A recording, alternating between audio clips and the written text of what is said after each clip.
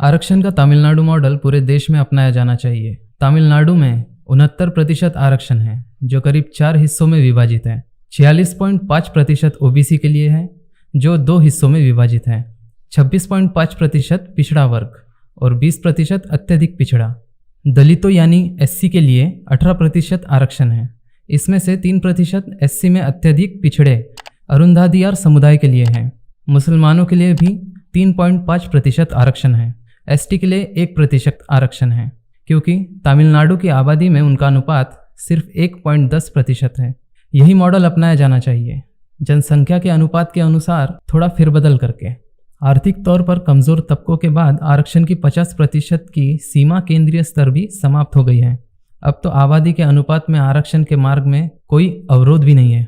तमिलनाडु में आज का आरक्षण 3 शताब्दी 19वीं, 20वीं और 21वीं शताब्दी तक चले संघर्ष का नतीजा है। तमिलनाडु के इतिहास की तारीख में 1854 वह वर्ष है जब पहली बार आरक्षण लागू हुआ। तमिलनाडु आरक्षण के लिए करीब 170 वर्षों से संघर्ष कर रहा है और आज भी यह संघर्ष जारी है, क्योंकि इस देश के वर्चस्वशाली अपर कास्ट ने कभी इसे स्वीकार नहीं किया और तरह तरह से इसमें अड़ंगा लगाते रहे।